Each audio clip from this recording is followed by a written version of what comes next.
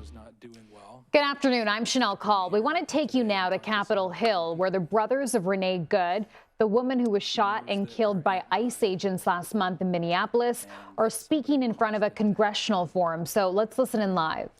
She told me that there are no bad people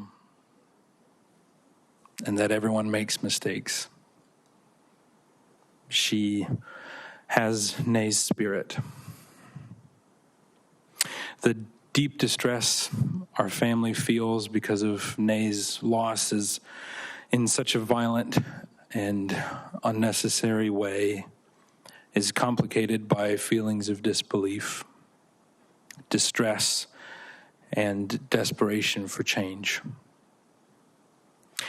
In the last few weeks, our family took some consolation, thinking that perhaps Renee's death would bring about change in our country, and it has not. The completely surreal scenes taking place on the streets of Minneapolis are beyond explanation. This is not just a bad day or a rough week or isolated incidents. These encounters with federal agents are changing the community and changing many lives, including ours, forever. And I still don't know how to explain to my 4-year-old what these agents are doing when we pass by. Our family is deeply grateful for the outpouring of love and support from the community in Minneapolis and from people across the country and around the world. The prayers and words of support have truly brought us comfort, and it is meaningful that these sentiments have come from people of all colors, faiths, and ideals. That is a perfect reflection of Renee, who carried peace, patience, and love for others wherever she went. Our family is a very American blend.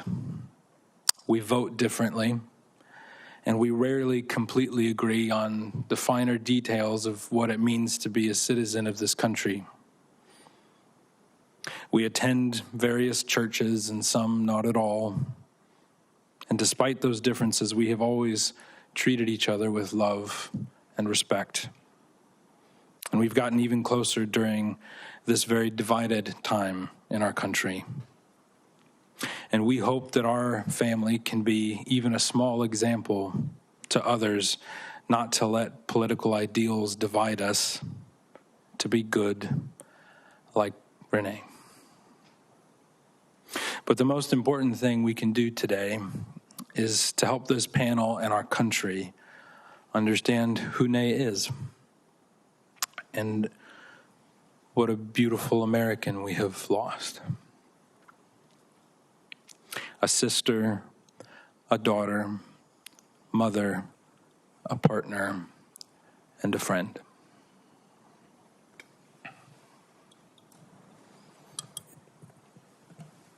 Good afternoon.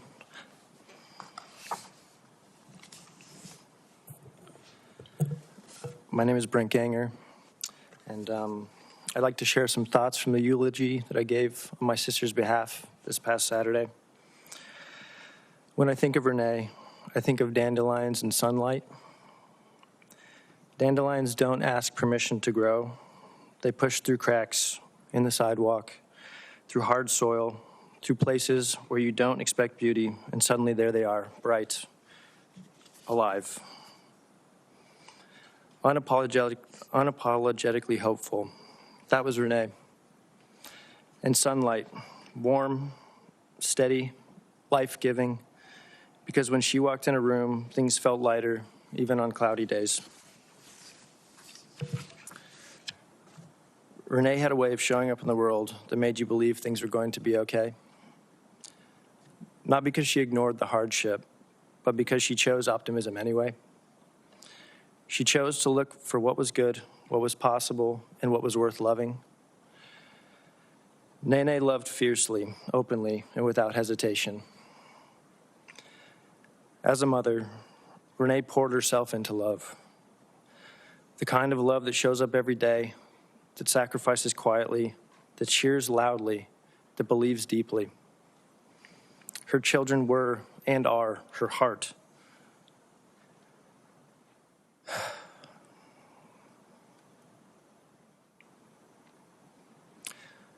Walking around outside her body,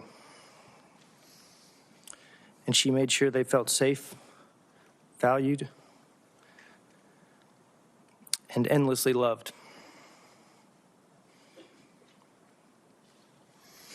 As a sister, she was constant. Someone you could lean on, laugh with, or just sit in silence beside. She had a way of making you feel understood, even when you didn't have the words yet. She didn't just listen, she saw you. She believed in second chances. She believed tomorrow could be better than today. She believed that kindness mattered, and she lived that belief. Even when things were hard, Renee looked for the light. And if she couldn't find it, she became the light for somebody else. It was the excessively ordinary things that made Renee so beautiful. There are billions of people who now know her name, and it would be so easy to fall into the false belief that great heroic things are required to overcome difficult things in the world. But as Tolkien wrote, it is the small, everyday deeds of ordinary folk that keep the darkness at bay, small acts of kindness and love.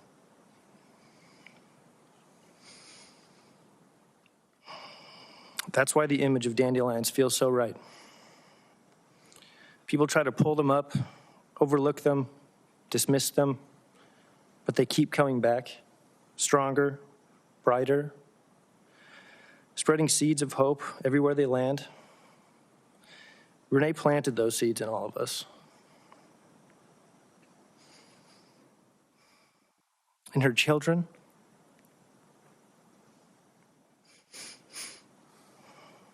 in her family,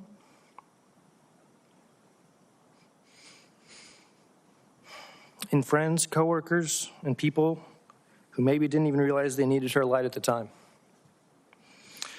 And sunlight. Sunlight doesn't ask for recognition. It just gives. It warms, it nurtures, it helps things grow. Renee did that for us. She helped us grow.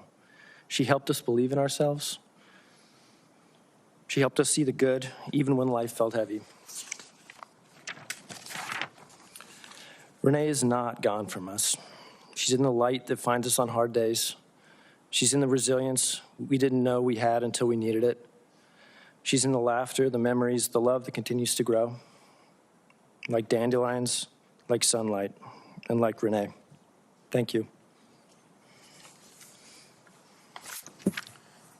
Thank you. Thank you, Brent and Luke, for that really powerful appeal to the nation's conscience. And I hope to our colleagues on both sides of the aisle, and I hope that all of our colleagues will join in seeking the action that you just described that is so important, not just as a tribute to your sister, but as a way to prevent the kind of lawless brutality that caused her death, literally murder. So thank you for being here today. We are going to now have the second panel come forward and excuse the first. Okay, if you're just joining us now, you've been listening live to the brothers of Renee Good. The family's attorney also going to speak in front of this congressional forum on Capitol Hill. You heard those two brothers there talk about their family, how politically diverse their family is, but today urging Americans not to let politics divide us. They also spoke about what they wanted the world to remember about their sister Renee, someone who they say was warm, a ray of light for their family. This forum, we should mention, was organized by Senator Richard Blumenthal and Representative Robert Garcia, both Democrats, and it was described as a way to receive feedback on what these lawmakers are calling the violent tactics and disproportionate use of force by agents of the Department of Homeland Security.